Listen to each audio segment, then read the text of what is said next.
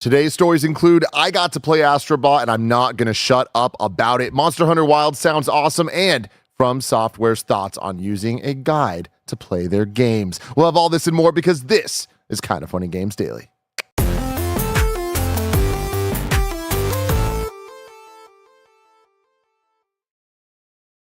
What's up and welcome back to Kinda Funny Games Daily for Wednesday, June 12th, 2024. Of course, I am your host, Tim Geddes, and I'm joined by the Nitro Rifle, Andy Cortez. Good morning, Tim. How you doing, Andy? I'm doing well, man. Before the show started, for the last 10 minutes, you've been singing a song. I don't know the song. What is the song? Coed in Cambria. It was on the drive-in. A song called Feathers. Okay.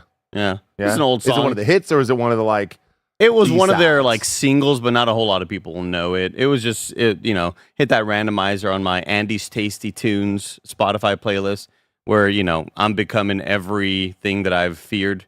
Yeah. Where I just don't listen to any music. It's like It's crazy, right? I'm gonna be my uncle's listening to Tom Petty, just for the next 40 years. Here we are. Here we are. Coheed, Comfort food, everybody. Gonna be Gatsby's American Dream, The Deer Hunter, all that stuff. Deer Hunter. That sounds cool as shit. Yeah. I don't know what that is, but They're great. That sounds really, really they're fantastic. Cool. This is Kinda Funny Games Daily. Each and every weekday, we run you through all of the video game news that you need to know about live on YouTube, Twitch, and on podcast services around the globe. If you love what we do, you can support us with the Kinda Funny membership on Patreon or YouTube to get all of our shows ad-free. Watch us record them live and get a daily exclusive show. For a chance to be part of the show, you can submit your thoughts and opinions as YouTube super chats as we go. Just like Daldar the Glorious did, saying, I cannot wait for Dragon Age. It's now my most anticipated game of the year, and the trailer's proof you can't fully judge a game till you see gameplay. Hell yeah. Completely agree. There it we was go. real tough to be like, oh, y'all chill out. Like, this is awesome. This is going to be awesome. I can't wait to talk about it tomorrow. But I just had to, Embargoes, baby. I had to Embargoes. act, He's What such a actors good do. actor. He's somebody hire him for your actors game. do. Put him in a video game. You know what I Yeah. mean? Just do it. I want those dots all over you. I know you're just going for the voice route. I want you moving around. I want you to upset Nick Scarpino. I don't know where it was. It may have been a podcast or a GAMESCAST where I was like, whatever that footage is, I never want that release if I ever have to do facial capture because it's such an embarrassing angle. Yeah. I would look gross. There'd be a weird booger and a pimple and weird, I don't want that camera angle whenever they show the super up close view. No thanks. No thanks. No thank you. Well, everybody, hire this man. If you're out there, make sure that shit happens one day. Yeah, I One was, day soon, I was by the pestering way. everybody at Summer Game Fest. Yeah. Every developer. That was I the walked word up on the to, street. Everyone's like, have you been pestered by Andy yet? I'd walk up and I'd be like, hello there. Just kidding, it's me, Andy. I know the acting's not great. Yeah. But like I was saying, you could YouTube super chat and we'll get to those throughout the show. Remember, we're an 11-person business all about live talk shows. So thank you for showing up each and every day here on Twitch and YouTube or podcast services as we do Games Daily and GAMESCAST, breaking down the news, talking about previews and everything, and a whole lot of embargoed stuff. This week is full of embargoed fun reveals, like the fact that Andy got to actually play Dragon Age before. Didn't get to play. He got to see gameplay Yeah. before, out of time with the trailers and all that stuff. So fun little things like that. Today, after Games Daily, you'll get GamesCast getting more preview impressions from Summer Game Fest, including Lego Horizon Adventures, Fallout 7, which I got to play. Oh, I got to play. Fallout 76, their little Skyward Valley. Skyward Just told Valley. me. And Astro Bot and more. The stream after that will be WWE, which is very special because it'll be Greg unlocking his manager card in the game. Shirtless Greg Miller is in officially WWE 2K24. That's amazing. That is awesome. We live very silly lives. Big moment. And then later they'll get into Fallout 76. I think Mike and Joey are going to join him for Nice. that little romp through the wasteland. If you're a Kinda Funny member, you can get today's Gregway, which is all about Greg talking out his ass about the Screencast and how many eggs he could eat. Thank you to our Patreon producers, Kieran Hovasapian, Carl Jacobs, Fargo Brady, and Delaney Twining. Today we're brought to you by BetterHelp, but we'll tell you all about that later. For now, let's begin with what is, forever will be, the Roper Report. It's time for some news. We do have 6 stories today. A baker's dozen. Story number 1. We're giving you a little Astro Bot preview roundup. I told you I wasn't going to shut up about this game, and that is a goddamn guarantee. Rebecca Valentine at IGN says, I played a 45-minute demo of Astro Bot at Summer Game Fest Playdays over the weekend, and what a blast it was. What Astro's Playroom got right, and what Astro Bot continues to absolutely nail, is making it wildly fun to just run around and be Astro. Everything's tuned precisely to feel just right. His movement speed, his jumping height and distance, the exact way he smashes little crates and zaps enemies with feet lasers, the density of obstacles in my path, and the exact way each stage follows a linear path but branches and loops back on itself to create room for secrets. Running through a single level in Astro Bot clicks my brain cells into a flow state where I'm constantly moving and always have an objective in mind, but don't feel overwhelmed by my options. I love smashing stuff. I love jumping over stuff. I love bouncing off stuff. And then Ethan Gotch over at Kotaku says, the fact that each bot represents a part of PlayStation's history felt surprisingly alluring too. Those Easter eggs feel more like a bonus than a crutch. Instead of relying on nostalgia and winking at hardcore fans, gathering characters from the platform's past gives the collectibles added meaning. Each new bot, like one based on the protagonist of Journey, is like a walk down memory lane, including visiting past console eras where games like Astro Bot didn't feel so rare. While past Astro games served as tech demos and museums, the platforming, presentation, and world design of Astro Bot feels strong enough for the game to stand on its own, even if it wasn't bathed in gamer nostalgia. It's cool to hear their opinions, Tim. It is. We love them. We value them. Mm-hmm. We love a lot of people in the games industry. It's true. But I want to hear what the pure one, soon to be the no longer engaged one, Tim Geddes, feels about Astro Bot. When we saw the trailer for this, I was like, Game of the Year.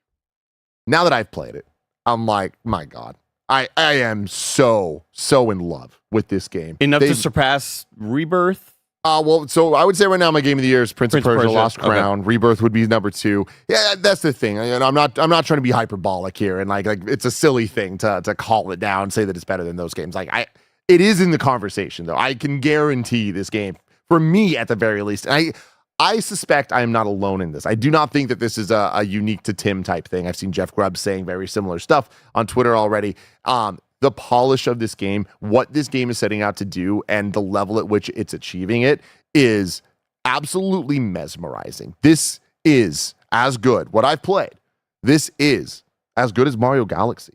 No. It is so much more Mario Galaxy than I could have ever hoped or dreamed for, just with the polish and tech of the PlayStation 5. All of the DualSense haptics and like the fun that we had with Playroom, it's just ratcheted up.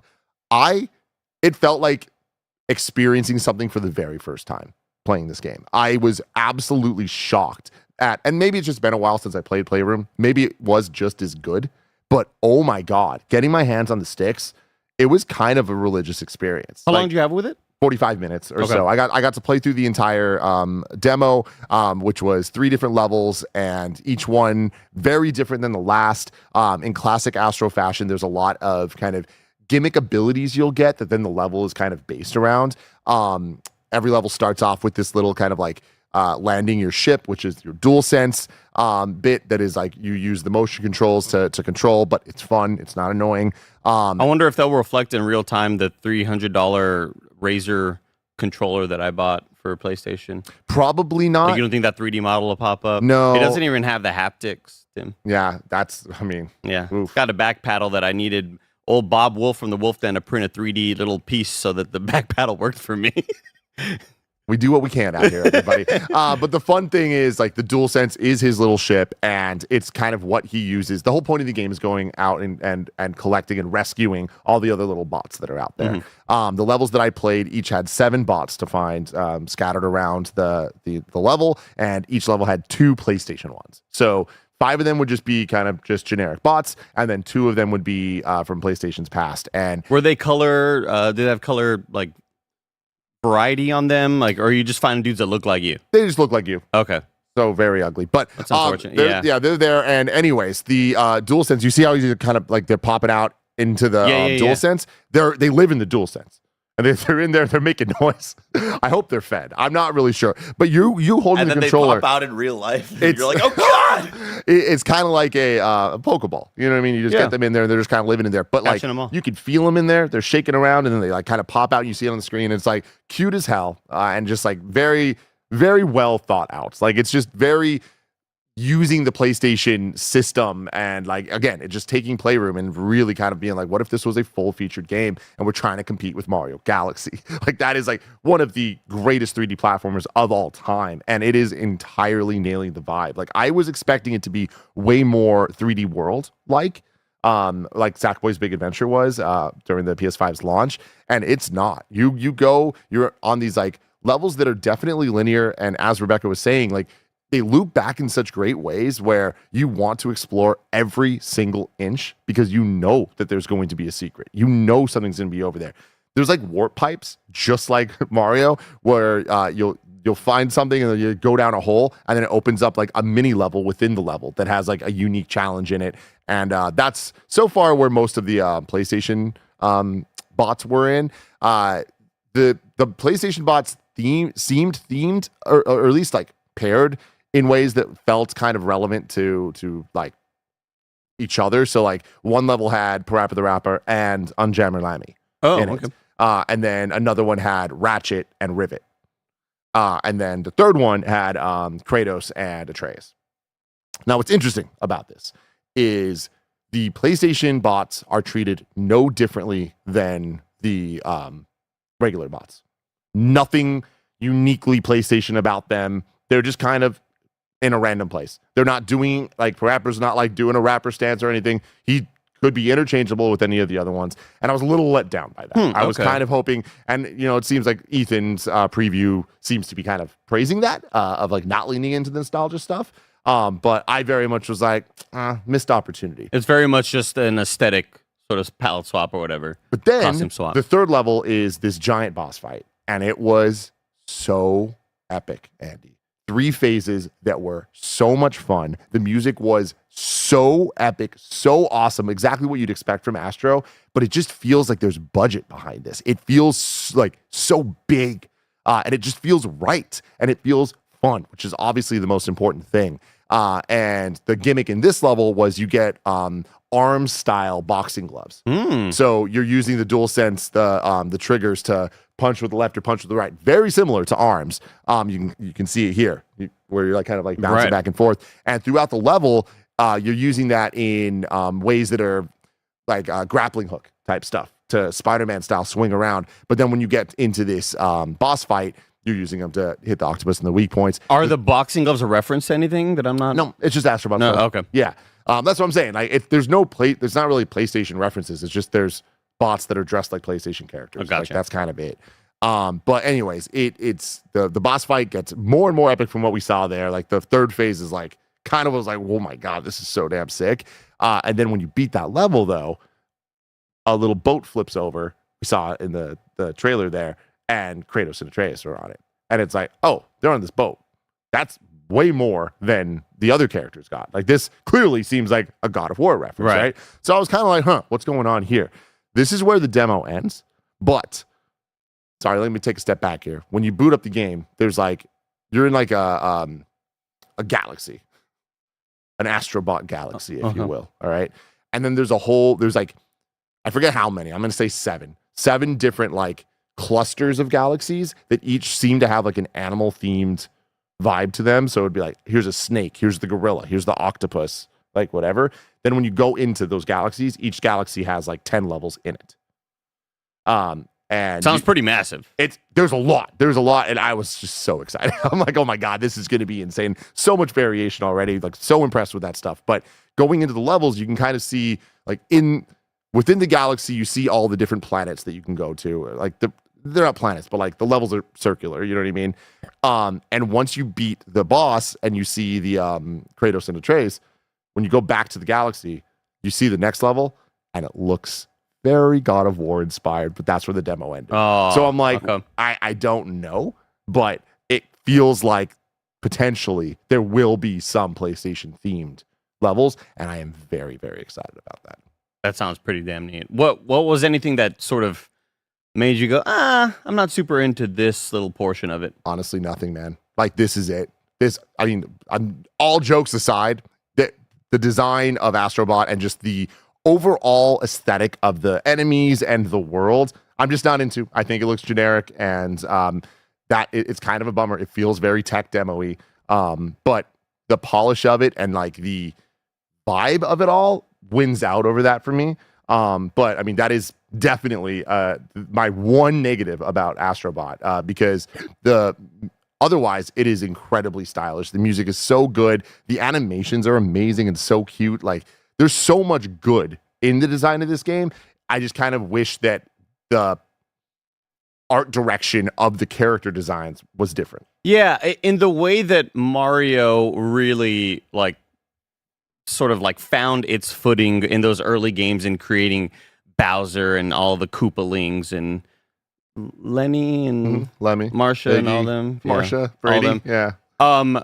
Like obviously in this video, if you're an audio listener, we saw a lot of clips that Barrett was showing from the B-roll, and you're fighting an octopus. Like, does it feel like any of these characters could become characters in an Astro Bot universe, or are they just like random? That's the thing, right? Animal CG thing, you know? That it's random animal CG thing. Yes, people at some point will be like, oh yeah, the octopus from Astro Bot, but like that's what it is. It's just the octopus. They're not gonna know its name, you know? Right. And like, does that really matter? I don't know, but like, I feel like for a mascot platformer, I love that kind of stuff, and I kind of want more of that. Yeah. And this feels just generic, and it's like, again, when you see Parappa there and he's just another bot, that did take away from the experience for me. It was a little bit of like, man, missed opportunity, you know? Sure. But again, like, all of this is to say, like, I love this game. Like, I cannot wait to play it. I did not want to leave the demo. Like, it was so captivating, and I wanted to get every single thing, which I did,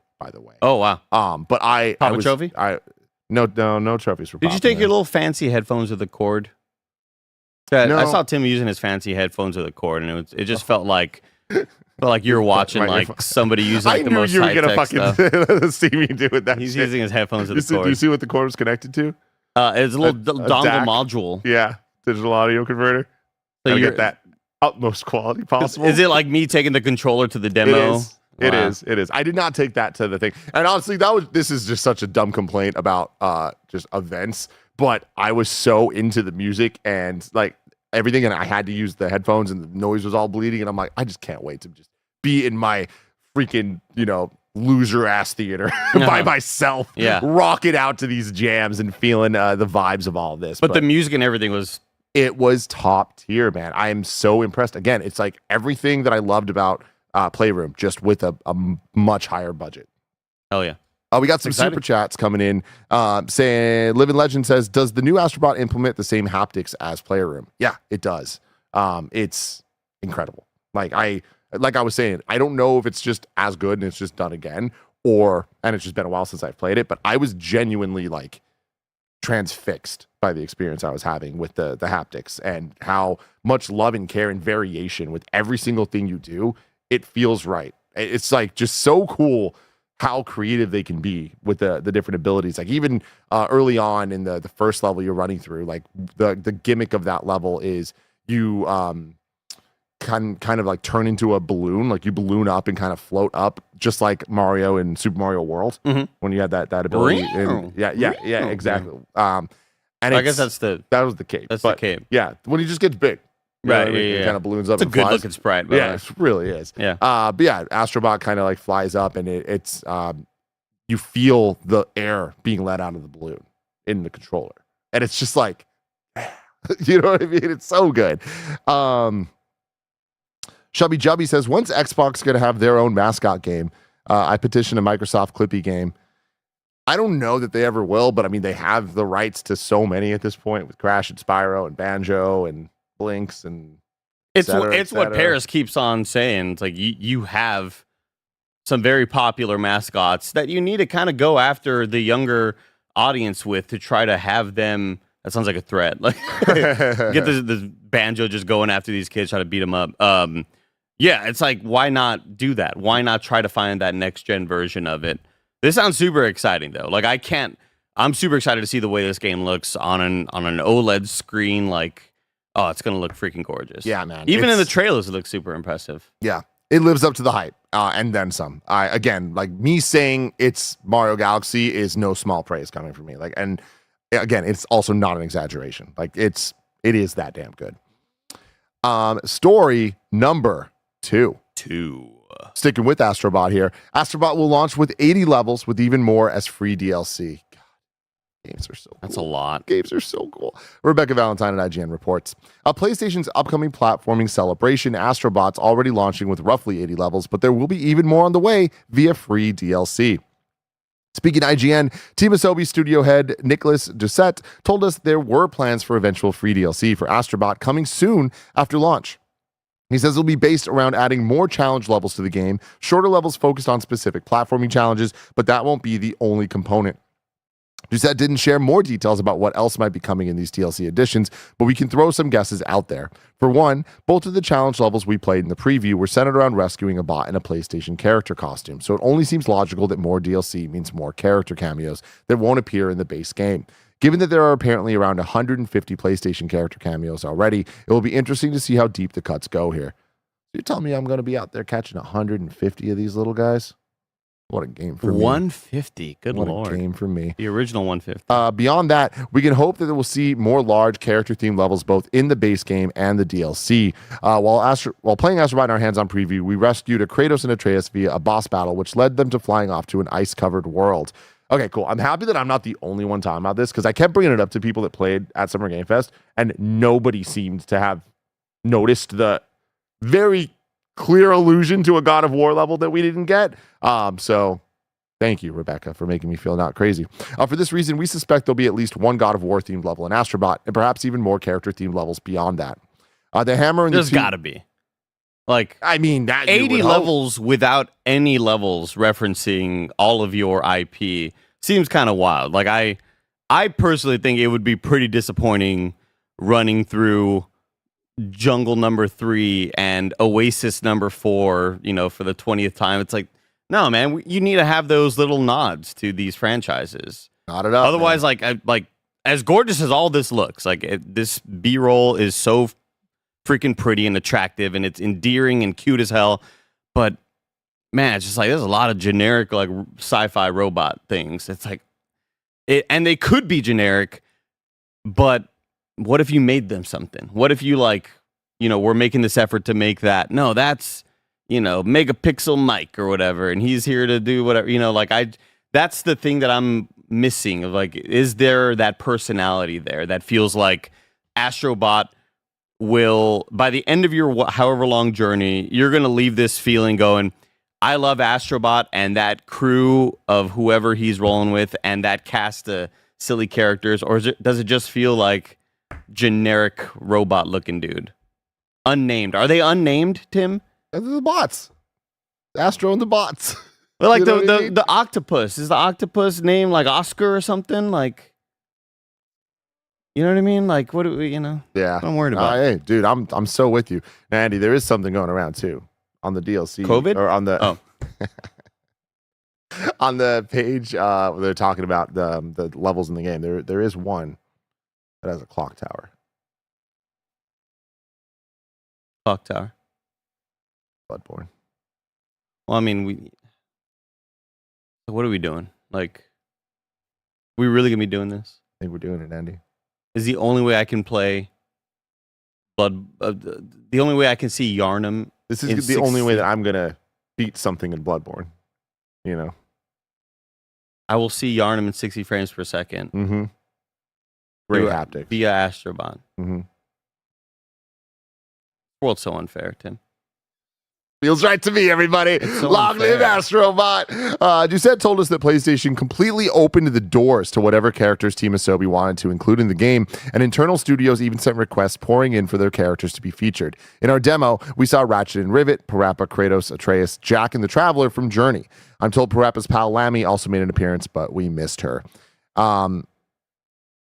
Doucette also said that the hammer and the two Odin's Ravens kind of give it away, but what happens inside the world is TBD. Please play it when it comes out. God, I'm so hyped, Andy. This is incredible. It's coming so soon. So freaking soon. When is it? September 6th, I want to say. You're wrong me if I'm wrong about the that. Second half of the year is so all of a sudden. That's Summer Game Fest for you, right? It's a lot of question marks, and then all of a sudden, boom, here it is. It's exciting. It is very, very, very exciting. You know what else is exciting? Your support over on Patreon or YouTube, getting the Kind of Funny membership that gets you the shows ad-free. But for everyone else, here is a word from our sponsors. This episode is brought to you by BetterHelp. This year is going by so quickly, I'm literally getting married this month, so I know all about that. When life goes so fast, it's important to take a moment to celebrate your wins and make adjustments to the rest of your year. Therapy can help you take stock of your progress and set achievable goals for the next 6 months. Therapy helps you find your strengths so you can ditch the extreme resolutions and make changes that really stick. Some of my best friends use BetterHelp and love how helpful it can be for learning positive coping skills and how to set boundaries. It empowers you to be the best version of yourself, and it isn't just for those who've experienced major trauma. If you're thinking of starting therapy, give BetterHelp a try. It's entirely online, designed to be convenient, flexible, and suited to your schedule. Just fill out a brief questionnaire to get matched with a licensed therapist and switch therapists anytime for no additional charge. Celebrate the progress you've already made. Visit betterhelp.com/kindafunny today to get 10% off your first month. That's BetterHelp, HELP.com/kindafunny. Just another quick thing about Astro Bot before we move on. One thing I noticed is when you get Ratchet, it doesn't say Ratchet. It says Tooled Up Mechanic. So they're even trying to size the PlayStation people. I know they don't have the rights. Yeah, figure it out, y'all. I don't know. Story number 3, Monster Hunter Wilds preview roundup. This is just one preview, and it's from Jordan Midler. Jordan Midler at VGC says, Monster Hunter Wilds looks like a crowning moment in Capcom's second golden age. God, they really are in a second golden age. Good for you, Cap Gods. Have you seen the Monster Hunter Wilds demo? That was the refrain across Summer Game Fest as word spread of Capcom's behind closed door showcase of the next big Monster Hunter title. The demo, which at the time of writing Capcom has no official plans to release footage of, was such a hit that people were sneaking back in to see it again. It opened in the Hunter's base camp in the Windward Plains. Much like previous Monster Hunter titles, so much of the game's personality is packed into the areas outside of the monster fights themselves. Palicos are preparing meals, they're counting peanuts, and they're generally larking around the camp. Even as the Monster Hunter franchise gets bigger, this level of lightheartedness remains. We asked series producer Ryozo Sugimoto and director Yuya Takuda if that was key to Monster Hunter itself. That's very important, he replied. No matter what we've done with game design or how epic in scale we've made the game, the one thing we never want to hear is that it didn't feel like a Monster Hunter anymore. These lighter touches and character elements keep the series unique and give it a flavor that's different from every other action game in the industry. This is made clear when we're stocking up on goods from the local merchant, which is famous for selling a brand of cheese. And she replies with, cheese and thank you. They still got it. Once we were on our way to hunt down a beast, there were no loading screens or pausing of any kind. We were straight out on the hunt, stalking our target. The game's map now allows players to see where certain items or monsters will be depending on the time of day. The game is a full day and night cycle as well as a dynamic weather system, which has a major effect on which monsters will spawn. When we finally found the monster, we got our first few shots in before taking a step back. Combat similar to Worlds, but expanded in virtually every way. New weapons, new traps, and new environmental hazards that you can use against your prey. It looks beautiful every time you see this game. And I think what really stood out to me was just the attention to detail when they're running on that desert plain. And it's super easy to make a desert look boring, but they're doing something with the way the cloud cover is working, where certain parts are kind of in shade, halfway in an overcast sort of shade, where they're still casting shadows on the ground, but other parts of the desert are in more bright sunlight, and doing that's a really good call, because I couldn't put it into words, but you're right. Yeah, little touches like that just really take the visuals to that next level. I'm super jazzed up about Monster Hunter Wilds. I really wanted to try to force my way into a demo, and I just couldn't find the time, unfortunately. I forgot if you played Worlds or not. Oh yeah, played a lot of Worlds. Yeah. Have you played any of the other ones? I started up the Rise one, but there was no crossplay at the time. This is when Rise first came out, and I was like, I don't want to do that. Well, when it second came out, you know what I mean? Huh? When it second came out, first came out on the Switch, baby. Oh, right. Yeah, you're right. So do you expect this to be the one?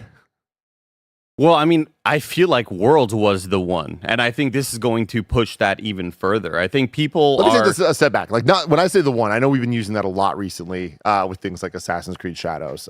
Is this going to be the way that Elden Ring became the one for FromSoftware? Is this going to be, because Monster Hunter Worlds definitely was the, hey, Japan's loved Monster Hunter forever. Now the world, pun intended, loves Monster Hunter. Like, do you think that this is going to be that? I guess, Elden Ring's probably the best example to give. I think it is. I think that this will continue to propel that franchise. It feels like every time there's a new product that goes out from it, that more and more people are able to get their hands on it and kind of able to see the magic that's there. I had never played any of the other Monster Hunter games, and World was my first one. And getting in there, you immediately understand why these games are so special and why people care about these games so much. And yeah, I think that this is just going to continue to make that franchise skyrocket with sales. It kind of reminds me of like how, I mean, I know pandemic had a lot to do with Animal Crossing's success, but I feel like this will kind of be that as well, where more and more people who played World are now getting their friends in, who their friends may have been on the fringe of getting into the franchise, and now they see, oh, the newer version is out. It's similar to me with like how I don't want more of the Division 2. Give me a 3 brand new product, and I will hop in on that brand new train, right? I feel like there's a lot of people that feel like me that, man, World has been out for a long time. It's never been a better chance to hop into Monster World. But I feel like World has been out for a long time. Wait for the next one. That the next one is going to be the next big starting point for everybody, where you're starting from scratch, and it's that new, fresh experience where everybody's starting from square one. How amazing is it that with the advancement of Monster Hunter, like for all the stories that we've heard of people playing it on PSP on the trains together and all the, the 4-player and all that stuff, to having Worlds come out and really kind of redefine the franchise to a much broader audience, becoming one of Capcom's highest selling games of all time. But to then now be leading into this, and we're at a place where crossplay is an expectation. Yep. And it's going to, we assume, if not already confirmed, launch with that.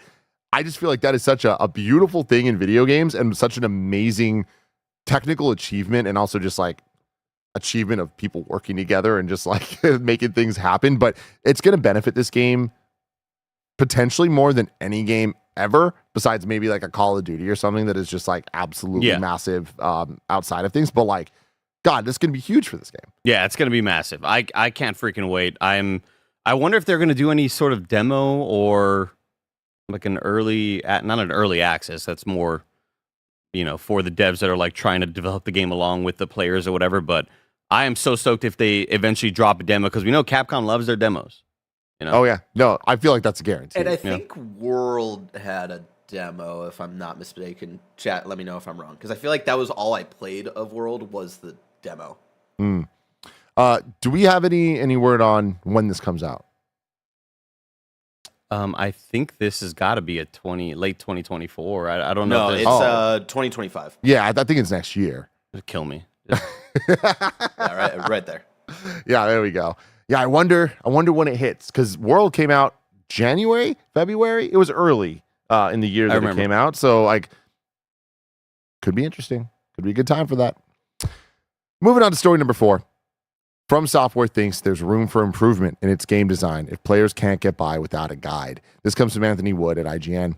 Elden Ring creator Hidetaka Miyazaki, who we saw at Summer Game Fest, and Mike freaked the fuck out. Yeah. He walked in, that's a goat right there. Yeah. Look at that, goaty. And he was trying to convince you to go up to him and tell him he's the goat. And it was like, Mike, you're such a He was already man. Getting pulled into the Bandai Namco section. And he's like, Andy, just go tell him he's the GOAT. Tell him he's the GOAT. God bless you. He said that using guides to beat FromSoftware's titles is a perfectly valid playstyle in a new interview with PC Gamer, but that the Japanese studio has room for improvement if players who want to go in fresh can't beat the game organically. Of course, players are going to consult guides, and there's going to be a wealth of information on the web and in their communities where they have access to the secrets and the strategies, explained Miyazaki ahead of the release of Elden Ring's one and only DLC, Shadow of the Erdtree, later this month. We expect that. Elden Ring's open world map and legacy dungeons are packed full of easy-to-miss collectibles and brutally difficult bosses that render the use of guides all but mandatory to some degree for all but the most determined of players. Do you think that that's a fair assessment? I think so, yeah. Okay. I mean, even because there is so much in these games, I'm on one of my characters, I'm like, oh, I don't have one of these talismans that provides like a boost to negating physical damage. Where are those? Let me look that up. Like there's those sort of collectibles, because this world is so gigantic and it does feel like you are experiencing new things 500 hours in. I retweeted somebody's tweet from like a couple days ago of like, I'm 500 hours in. I've never seen this enemy do this animation. And the whole internet was like freaking out that these things happen. So yeah, I do think that this is completely fair because these games are so jam-packed. It's going to be a lot of stuff you miss out on.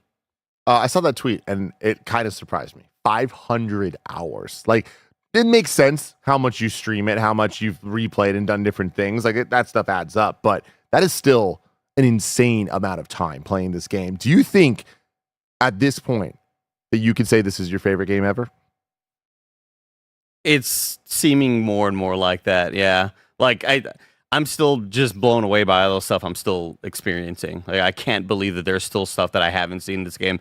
And I understand what Hidetaka Miyazaki is saying, right? He's saying that, like, it's totally fine to look up guides to try to get certain things done.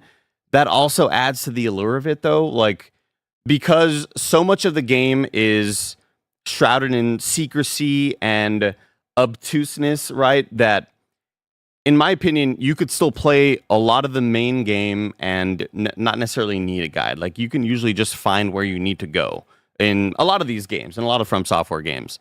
But because all of their it's not like their core experience feels light in any way. Like, if their core experience didn't feel satisfying to do, and then you were making all of these other super confusing side quests as confusing as they are, then I'd be like, well, shit, you got to let us do these side quests because you're making these things so confusing, right?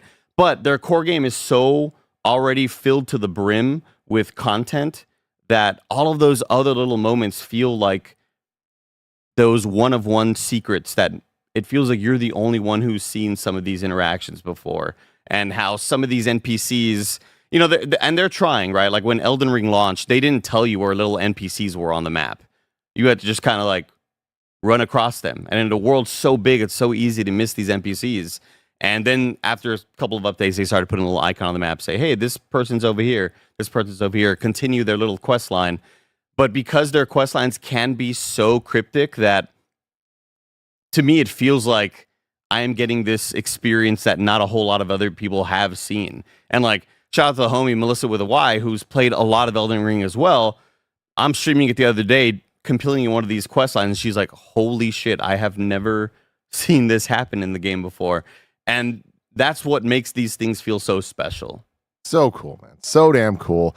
But I totally get it. It's totally valid. Yeah. Like, look up help. I tell people all the time, go get help for what you need in this game. Fighting Cowboy is a great YouTuber, and Vati Vidya is another great YouTuber, and they both put out videos recently of how to get started for the DLC, how to get yourself prepped for what the DLC is going to bring you. Here are the things you should have. Here's some things to get ready. Here's some key items that you might need for your adventure that will make you stronger and not like immediately be behind the 8 ball. And that's how I played Elden Ring when it first came out. Was like, I didn't have a guide up the whole time, but like that was my first like college try of giving a Souls game like the full experience and not just quitting after 5 hours. And it was nice to kind of like, when I got lost, because I'm learning the language of these games, to like have something there. And I was listening actually recently to Play, Watch, Listen, and Alana Pierce was kind of recommending of like, if it's your first Souls game, like maybe have a guide like ready and handy, and then after that, you kind of start to understand the language of things after your first time around. And I do think so much of the surprise and allure is that you are going to be like, maybe look up guides for like stuff that you need to level up. You know, the systems of the game can be a little confusing at first, and once you, like Barrett was mentioning, once you understand the language and what the game is asking from you, then you can eventually, you know, understand what you need to level and how your weapons scale and all this stuff. But I think so much of the mystery and the surprise and the stuff that I really love about the game is coming across that one NPC that you haven't seen in a while, and you go talk to them and you exhaust the dialogue because you always want to keep talking to NPCs. If you just talk to them once and they stop talking, do it again because they're probably going to have 2 or 3 extra things to say. and forwarding those quest lines is like so cool and rewarding, and it really feels like you're stumbling upon this really wild Easter egg that nobody else has seen because of how hard they are to find, you know? So freaking cool. During the interview, the FromSoftware president made it clear that moving through Elden Ring and other games guide in hand was a perfectly valid playstyle, but that the studio also hadn't designed its titles with that approach in mind. Quote, "We obviously understand players use guides, but we don't make or plan anything with that as a prerequisite." I didn't say Good that word. right, but you fucking get it. If anything, we try to cater to the player who is completely blind and wants to go through organically. If they can't do it, then there's some room for improvement on our behalf, and we'd like to try to embrace those players more in the future. Opponents Prime writes in with a super chat, just like you can, and says Miyazaki did an interview a while ago that summed up that they don't do more Bloodborne because Sony owns the rights. Why don't they do a Demon Souls to Dark Souls and make a spiritual successor with a new name? I mean, that would be absolutely lovely. And like, the thing is, it's not like they have a bad relationship with each other. Like, this isn't one of those situations where they own the IP. Sorry, like, it's out of our hands. This isn't a Kojima, Konami, Metal Gear situation. Like, if Sony says, hey, we would love to contract your studio to make Bloodborne 2 or an update to whatever this could be, then they would do it. But I mean, I feel like it's more that they just want to be multi-platform just to get the player base, right? Like, I imagine, like, obviously Sony can pay a lot of money, but like, just with where FromSoftware's at and with the success of Elden Ring, like, I kind of see them being very, we want everyone that wants to play this game to be able to play the game type developers. True, but you also see Sony making a big effort to put their games on PC and widen that player base. And this, you know, with the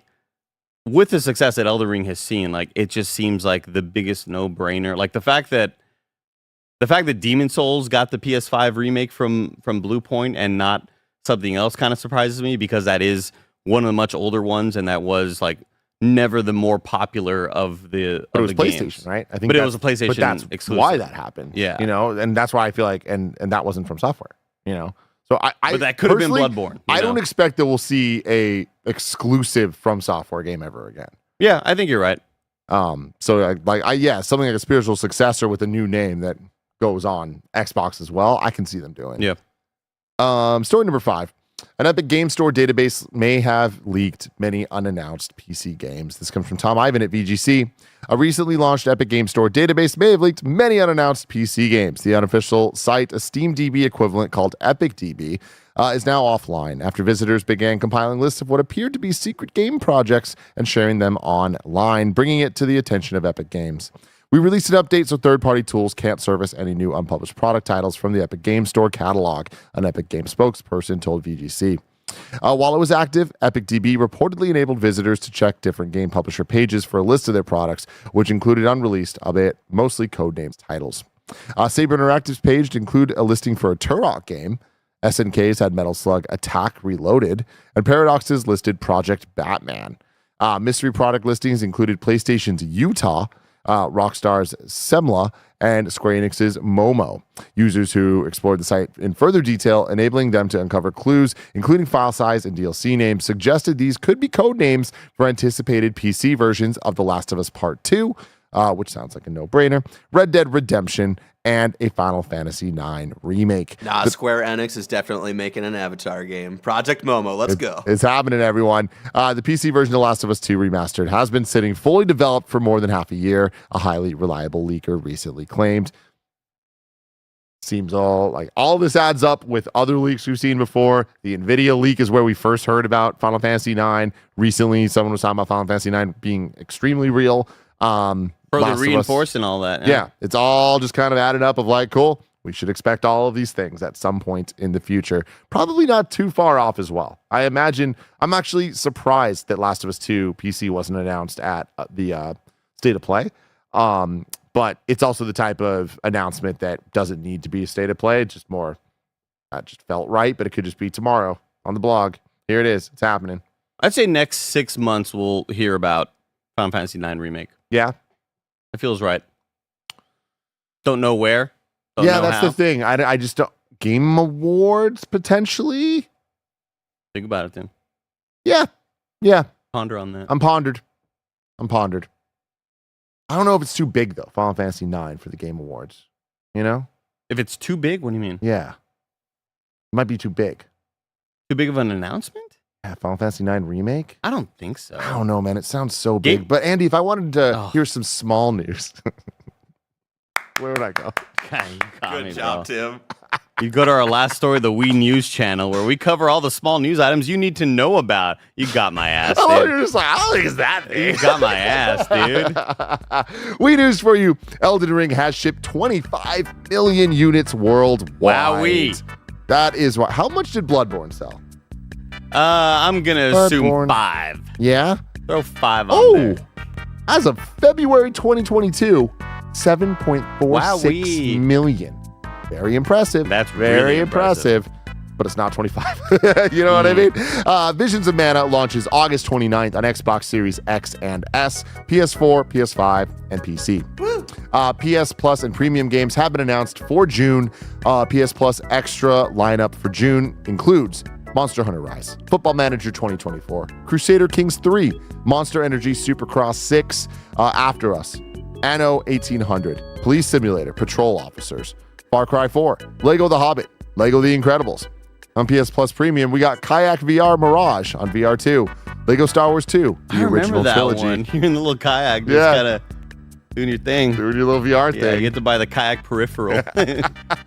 Ghost Hunter and Daxter. I never played Daxter. The PSP Just game. by himself? He just by himself. Damn, they did like a Joey Friends thing with him. They did. They Wow. did. Yeah. 100%. Back in the day, well, in the PS2, PSP days, normally, for some reason, they did it for both Daxter and Clank. I'm like, Yeah. what if we separated them? Like the Safdie brothers, they had like a little bit of creative differences. Like, let's go our own separate way. What Yeah. happened to the Safdie brothers? I just heard about this for the first time like 2 days ago. I didn't know they had problems. Yeah. I don't even think it's problems. I think they're just like, hey, let's just work separately now. Oh, well. You know, but that's got to be problems. We don't. I don't like the way hey, you're too close with like all the celebrities. You know, you were in Oppenheimer. Yeah. Benny. Yeah. Was that Benny? Benny. Yeah. Yeah, Benny Safdie. Benny? Yeah. I don't even know the other brother's name. God, That he was sucked. so good in The Curse. Did you ever finish The Curse? I never even started the curse. Andy Cortez. Remember when he was in Obi-Wan for like 5 minutes? I've just been gaming, bro. I get it, dude. I get it, I man. can't watch anything, I know. man. Dude, I haven't even watched The Acolyte. I haven't even started The Acolyte, Barrett. It's I'm hearing good things. It's real good. I used to call myself an acolyte when we were in church. Well, like that's what they called us, acolyte. Like I went to a Lutheran church, which is like I was like, what's the difference between that and Catholic? But it's like I don't know. We add like 10 more words to the Our Father thing. But you know, instead of like altar boys or whatever, we were acolytes. We had our red robe or whatever, and we held a little thing and we lit the candles. And Why it was- would you ever want to not be that? It was the most like fantasy like I ever That's felt. so much cooler. I was like, man, if the Bible had fucking elves and dwarves, like, man, I'd be so much more into it. Like, it's I mean, crazy. it does in the sequel called Elden Ring. you It's know? crazy. A lot of God. crazy animals in there. Bible too. Adam Copeland joins AEW Fight Forever roster today. Do you know who Adam Copeland is? No. Edge. Whoa. Yeah. Didn't know his real name. Yeah. In more important wrestling news, today is the day you can get Greg as your manager in WWE 2K24's My Faction. mode. Wowee. Yeah, check that out, everybody. Boom. It's him. He's shirtless. And this is awesome. And it really is awesome. Shout out to Greg Miller for It's making wild. dreams come true. This is so freaking cool. One day, though, playable. That's what I want. Officially, not custom created character. I want Greg Miller in the game. Or even a Body step further, scan. not even playable. I want him to be a manager. I want him to be in the story. I want him to be awkwardly talking to people. I love You know that. what I mean? That's Wii News for you, everyone. What fun stuff. What fun stuff for me and Andy and everyone listening right now. Remember, you can super chat in. We do have about 10 minutes left, so we can talk about a whole bunch of fun things while y'all get those prepped, though. I'm going to go through your wrong to see what we got wrong today. Kebab says all the bosses we've seen so far were from Rescue Mission, like the gorilla and octopus, with the exception of the snake and the genie. Cool. Never played Rescue Mission. I really want to. I really, really want But to. like, At this point, I'm never going to. okay, but is his name Go Gorilla, and is it, fucking, Samuel Snake? Yeah. Are we making personalities of We're these just little not. guys? We're just not. I don't We're like just it, not. Tim. I don't like it. They I'm do with have you, dude. personalities. They're just silly little guys. But like, you just can't throw them in there. You gotta like. I did Imagine if like the main villain of any movie property you saw didn't even have a name and like you heard no backstory. You were just fighting the dude. You'd be like, but I want to like, you got to make me care about this dude. Personality though. A name dictates that you care When about you're what just you're a putting gorilla, out there. I think it does. You know what I mean? When you look at these, when I look at that gorilla, it looks just like the gorilla from Kirby and the Forgotten Land. The difference is Kirby, A+ fucking design. Yeah. A+. All right? Astro Bot not. Astro He's just Bot, a not pink so much. little ball. But he's the OG pink little ball. Yeah. And what's he do? All he is a big mouth, and he sucks things into it. It's true. It's great. He has Remember big when he feet. turned into a car? I'll never forget it. What a video game. All I'm What an saying is, amazing experience. I feel like we're gonna say the same thing about Astro when he turns into a giant sponge. I'm Remember gonna. that, Michelle? Yeah, I don't know, though. I don't know if we are. Really quick. I'm gonna do something really quick because He's doing something, everyone. here's my issue with the Also, iconography. this is a great point from chat. What's the gorilla's name from Kirby? And Sorry, the Forgotten that was the point that I was making, is that like that gorilla like is just a generic gorilla, but like that doesn't matter though, because there's so many other characters in the Kirby world that have so much character that yeah, the big boss is just, and Forgotten Land is kind of like they're in a weird place that there is just weird shit. They're in a generic, realistic world. Like that's the point of that game, everybody. Here's what I don't like, Tim. And What I this- don't like is missing Link in the chat saying Tim's never elaborated on his hate for Astro's design. He just hates it. That is the least true thing ever. All I you've elaborated. do is elaborate on it. All he does is elaborate, chat. Nah, Here's Andy, my- here's my what do you pro- got for me? Here's my problem with the design is like anytime there's an icon of Astro Bot in the game, he looks like this, right? Mm-hmm. He's just like Clank. I mean, what I thought initially when they gave you the T-shirt at the event, I was like, that just looks like Hollow Knight. I don't know why they aren't doing the thing where this screen on his face is a different color.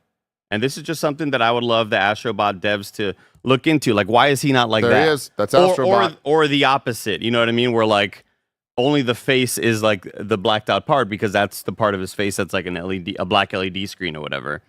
So that's what I'm just. Those are my issues.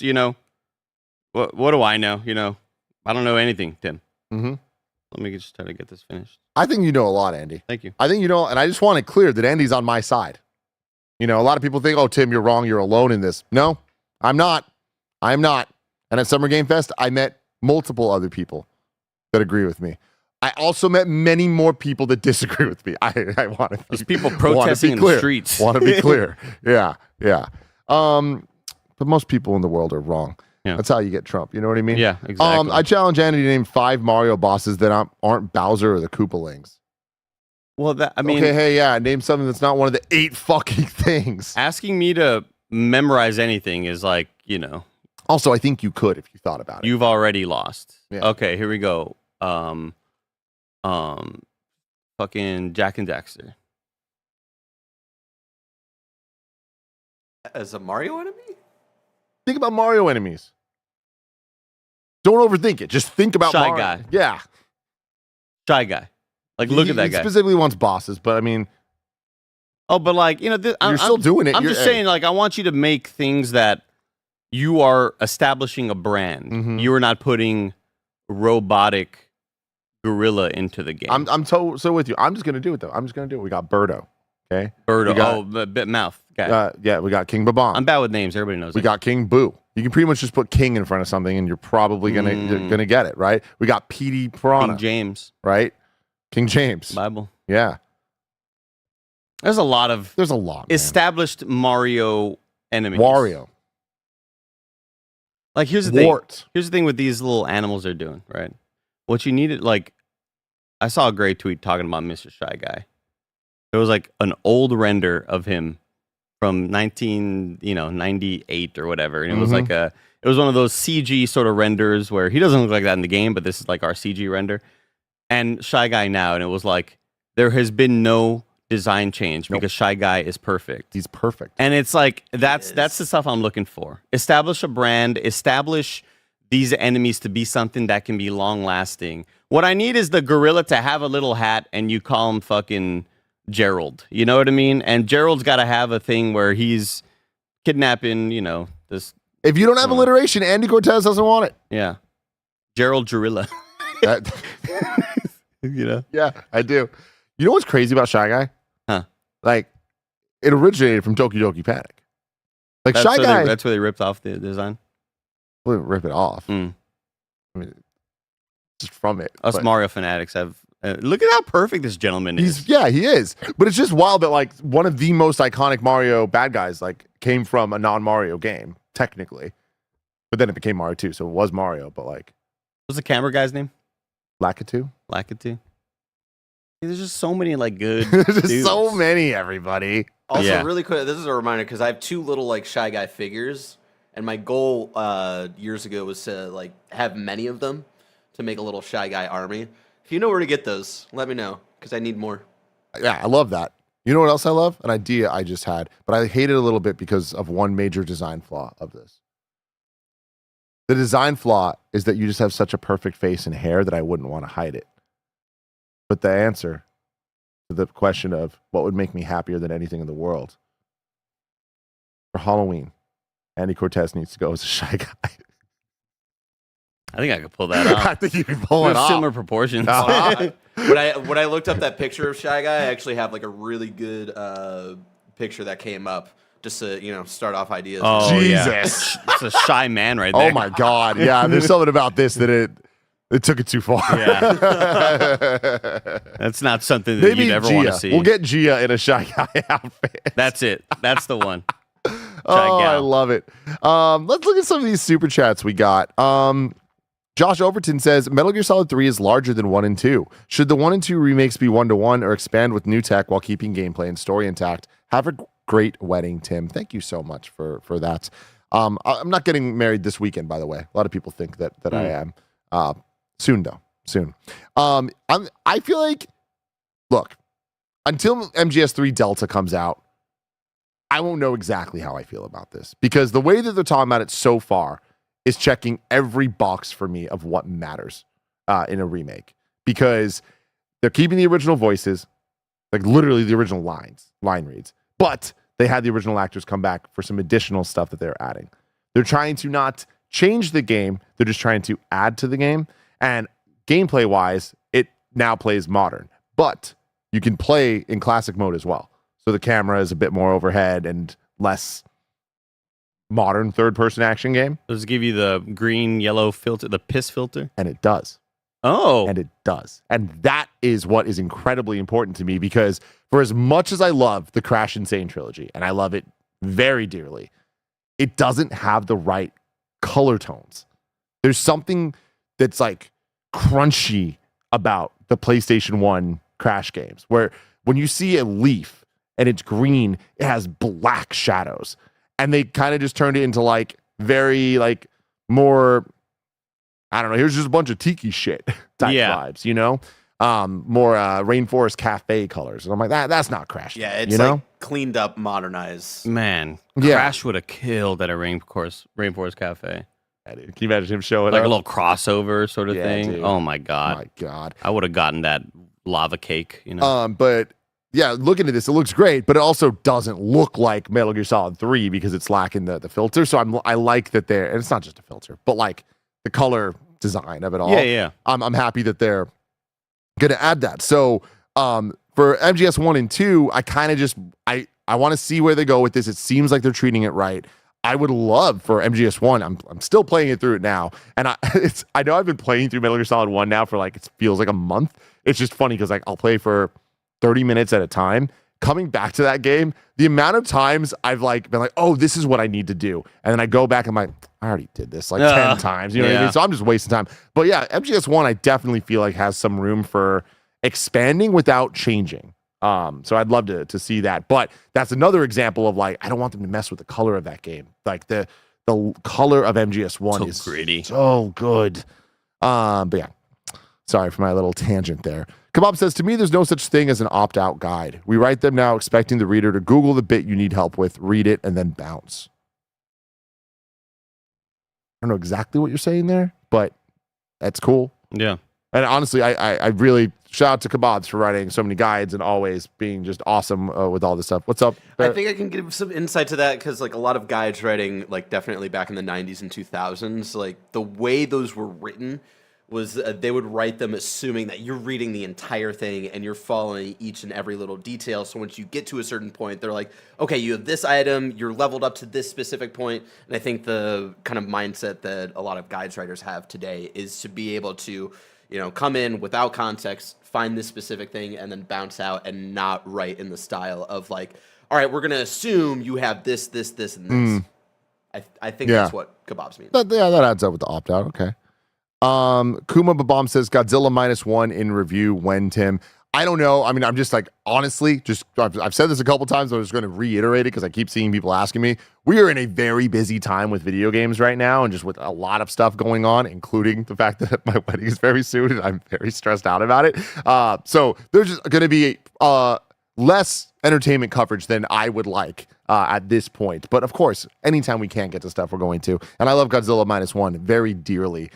So I would love to get to it at some point, but no promises. I do not know if it's actually going to happen at any point, but I would like it to. And that same goes for people who are hitting me up about House of the Dragon, the Acolyte, the Boys, all that stuff. Like, it's already hard enough to get people here to watch the stuff and talk about it on a cadence that makes sense. So it's going to be difficult. I know.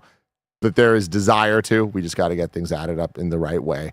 But in the meantime, please enjoy our game coverage because we are definitely prioritizing that. CJ Splitson says, Tim, do you think we'll get a limited edition Astro DualSense? Yeah, I do. Corey Clark says, PlayStation could possibly do another banger September showcase. So many games that might make next year explode with releases. Yeah, there's potential. I find that incredibly unlikely, though. I am not convinced we get a PlayStation showcase this year. Wouldn't be surprised if we did, but I just don't think it's a lock. And if we do, I don't expect it to be the one. The one that shows off Cory Barlog's next game and whatever Naughty Dog's working on and you know, all that stuff. More Wolverine. Like, no. Imagine a DualSense, but the touchpad is like that little LED screen of Astro's like eyes. Sick. Eyes, like you're playing is blinking, you know? Mm-hmm. You'd do it. Be really cool. It'd be really cool. And then Opponents Prime says Astro has a FUPA. Also, Andy, those Mountain MT dues are good. These are good. Baja Blast Zeros. Baja Blast Zeros, everybody. Blast it up. Thank you for hanging out with us as we had fun ourselves. We talked about things that we liked. We talked about a couple things we didn't like. And hopefully you learned something. Let us know in the comments below what you learned today. And stay tuned for a jam-packed episode of the Kind of Funny GamesCast. Paris Lily's about to join us. Woo! We're going to talk even more Astro. I'm going to talk about my experience playing Lego Horizon Adventures. And Greg and the rest of them are going to talk about Fallout 76, Skyward Sword, or whatever the fuck it's Paris called. Did Paris play? Paris also played Astro and also played Lego. How about that? So yeah, we're going to get a lot of fun stuff going on here. And anyways, that was great. Andy, love doing the show with you. Until next time, goodbye.